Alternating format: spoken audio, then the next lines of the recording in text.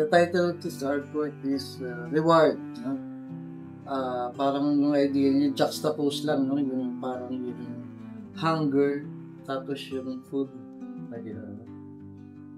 Yun lang naman. So, the idea is, para siyang, before yung matanda, he used to be a superhero. No? Since suot niya, makikita mo suot niya. Pero, since matanda na siya, mahina na siya, minsan, story na lang yung makikita mo nung past niya. Kaya nakamash siya nung parang parents na it tells something about himself in the past, no? Na malakas siya. Yun yung idea niya. No? Itong image na to parang yung ngayong current situation niya, matanda na siya, mahina na siya. So, pinapakain na lang siya parang yung idea.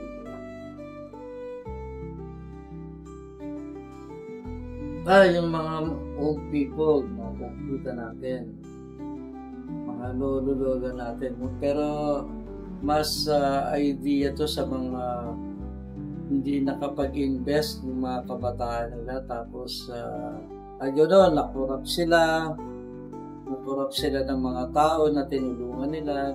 Parang tumanda sila na talagang struggle sa life, parang dinala nila hanggang sa pagtanda. Yung mga nakikita ko dito sa may mga health center na gusto nila magpagamot pero umaasa sila na mabibigyan sila ng gamot ng gobyerno.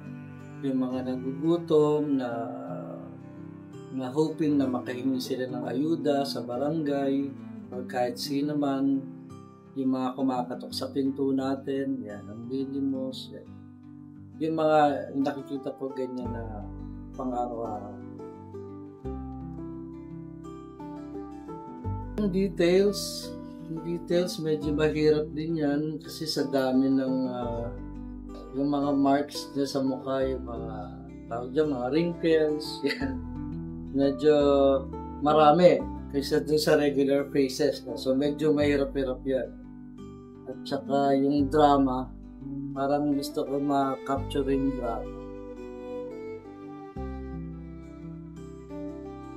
Tumanda din sila para sa atin. Kumbaga, nagsilbi sila sa atin ng kabataan nila. Sana wag din natin silang pabayaan sa pagtanda. Kasi parang gift din pag tumanda ang isang tao. So sana hanggang pagtanda nila, nasusubaybay natin sila, matutulungan natin sila. Okay. Pang-araw-araw na mga namimit ko na matatanda dyan sa kalye, mga nakakwentuhan ko. Yan, mga kwentuhan nila nung araw, ganito sila, nung araw, maayos naman yung kalagayan nila. Ayun lang, parang yung old glory.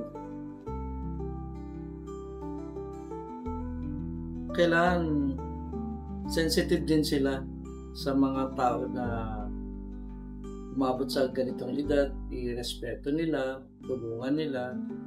Ganun lang, parang they deserve our respect also. Kasi sila yung nagko-connect sa past tsaka sa present na pamumuhay natin. Yung history.